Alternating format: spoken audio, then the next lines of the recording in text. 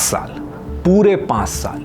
लेकिन पश्चिम बंगाल की कुछ महिलाओं के लिए वक्त जैसे वहीं ठहर गया। उनके जख्म आज भी वैसे ही हैं, उनके आंसू आज भी वैसे ही हैं और सबसे बड़ा सवाल आज भी वही है, क्या उन्हें कभी न्याय मिलेगा? ये कहानी नहीं बल्कि ये एक आपबीती है जिसे मैं आज आपको बताने की कोशिश कर रहा हूं। लेकिन मैं उस दर्द को कभी नहीं समझ सकता जो बंगाल में कुछ महिलाओं ने झेला। आज पश्चिम बंगाल में बीजेपी की सरकार है, पहली बार सरकार बनी है, सुशासन की बात हो रही है, सुशासन दिख भी रहा है। लेकिन एक वाकया है जो आपको नहीं बताया गया या फिर आपका ध्यान नहीं गया। साल 2021 पश्चिम बंगाल विधानसभा चुनाव के नतीजे आते हैं। तृणमूल कांग्रेस लगातार तीसरी बार सत्ता में लौटती है, लेकिन चुनावी जीत के जश्न के साथ ही राज्य के कई हिस्सों में हिंसा की खबरें आने लगती है। भाजपा ने आरोप लगाया कि उनके कार्यकर्ताओं और समर्थकों को निशाना बनाया गया, कई परिवारों को घर छोड़ना पड़ा, संपत्तियां जला दी गई और महिलाओं के साथ यौन हिंसा तक के आरोप सामने आए। वहीं तृणमूल कांग्रेस ने इन आरोपों को खारिज किया और हिंसा के लिए विपक्ष को भी जिम्मेदार ठहराया। इसी दौर की कुछ महिलाओं की कहानी आज भी न्याय की प्रतीक्षा कर रही है। ऑर्गेनाइजर की रिपोर्ट के अनुसार कई महिलाओं ने आरोप लगाया कि सिर्फ इसलिए उन्हें निशाना बनाया गया क्योंकि उनके परिवार भाजपा से जुड़े थे या उन्होंने भाजपा का समर्थन किया था। अब मैं इस रिपोर्ट में छपी कुछ बातें आपको बताने वाला हूं। मैं जो नाम लूंगा वो मूल नामों से मेल नहीं खाता, पीड़िताओं के नामों को बदल दिया गया है। रिपोर्ट में शर्मिला नाम से एक महिला की कहानी बताई गई है। उन्होंने कहा कि उनके साथ सामूहिक दुष्कर्म हुआ। जब वो शिकायत दर्ज कराने पुलिस स्टेशन पहुंची तो उन्हें कथित तौर पर यह कहकर लौटा दिया गया कि पानी में रहकर मगरमच्छ से बैर नहीं किया जाता। शर्मिला की गलती क्या थी? यही कि वो बीजेपी को सपोर्ट करती थी, उनका परिवार बीजेपी को सपोर्ट करता था। जब उनका रेप किया जा रहा था उस वक्त भी टीएमसी के गुंडे उनसे यही कह रहे थे कि how dare you support the BJP. Report में शर्मिला ने कुछ टीएमसी नेताओं का नाम का भी जिक्र किया है और यह सिर्फ शर्मिला के साथ ही नहीं हुआ।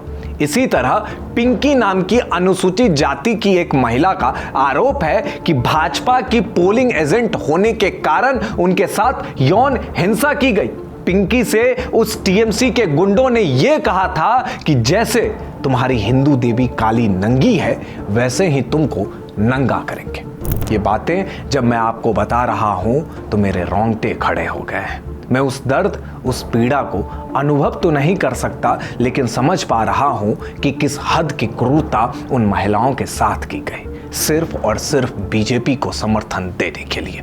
राष्ट्रीय मानवाधिकार आयोग ने अपनी रिपोर्ट में कानून व्यवस्था को लेकर गंभीर टिप्पणियां की। इसके बाद कलकत्ता हाईकोर्ट ने हत्या और दुष्कर्म जैसे गंभीर मामलों की जांच सीबीआई को सौंपने का आदेश दिया। अदालत की निगरानी में जांच शुरू हुई और कई मामलों में कानूनी प्रक्रिया आगे बढ़ी। लेकिन अब 5 साल बाद पश्चिम बंगाल में सरकार बदल चुकी है। मुख्यमंत्री शुभेंदु अधिकारी के नेतृत्व वाली भाजपा सरकार ने दावा किया है कि 2021 की पोस्ट पोल हिंसा को भुलाया नहीं जाएगा। सरकार ने पुराने मामलों को दोबारा खोलने की प्रक्रिया शुरू की है और नई एफआईआर दर्ज कराई है। इसके साथ ही मुख्यमंत्री ने न्यायमूर्ति शंपा घोष और वरिष्ठ पुलिस अधिकारी महंती सेन की अध्यक्षता में एक विशेष आयोग गठित किया है जो पोस्ट पोल हिंसा से जुड़े मामलों की समीक्षा करेगा। सरकार का कहना है कि किसी भी दोषी को बख्शा नहीं जाएगा। पश्चिम बंगाल सरकार में मंत्री अग्निमित्रा पॉल ने भी सभी पीड़ित महिलाओं से अपील की है कि वो आगे आए, शिकायत दर्ज कराएं और चुप ना रहे। उनका कहना है कि अब राज्य में ऐसी सरकार है जो हर मामले की जांच कराएगी और न्याय दिलाने के लिए प्रतिबद्ध है। उन्होंने ये भी कहा कि सरकार नहीं चाहती कि 2021 की घटनाएं इतिहास के पन्नों में दबकर रह जाए। मैंने आपको बस 2 महिलाओं की कहानी बताई।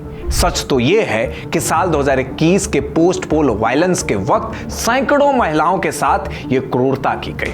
मैं एक सवाल पूछता हूं अब ममता बनर्जी से, आप सत्ता में नहीं हैं, आप अब सीएम नहीं हैं, सच सच बता दीजिए, क्या उन घटनाओं को सुनने के बाद आपका दिल नहीं पसीजा? आपको दर्द नहीं हुआ? आपको बुरा नहीं लगा? क्या उन महिलाओं की इज्जत से ज्यादा जरूरी चंद वोट थे? मुझे वो भी याद आता है कि जब संदेश खाली में सैकड़ों महिलाओं के साथ बर्बरता की गई और उस वक्त बंगाल के गवर्नर आनंद बोस संदेश खाली का दौरा करने वाले थे तो ममता बनर्जी बौखला गई थी। आज उन टीएमसी के गुंडों के ऊपर अंडर ट्रीटमेंट हो रहा है तो ये कोई राजनीतिक कुंठा नहीं है, बल्कि वो गुस्सा है। वो मासूम जनता है, इसलिए अपना गुस्सा अंडों के जरिए व्यक्त कर रही है। 100 बात की एक बात, बंगाल के जो वीडियो आप सोशल मीडिया पर देखते हैं, बंगाल की कहानी सिर्फ वो नहीं है, बल्कि जमीन पर वो कहानी असल में कई गुना ज्यादा भयावह है। ममता का सत्ता से बेदखल होना सिर्फ सत्ता का परिवर्तन नहीं है, बल्कि त्रस्त हो चुकी जनता का दर्द है। इस रिपोर्ट पर आपकी क्या प्रतिक्रिया है, हमें कमेंट बॉक्स में जरूर बताएं।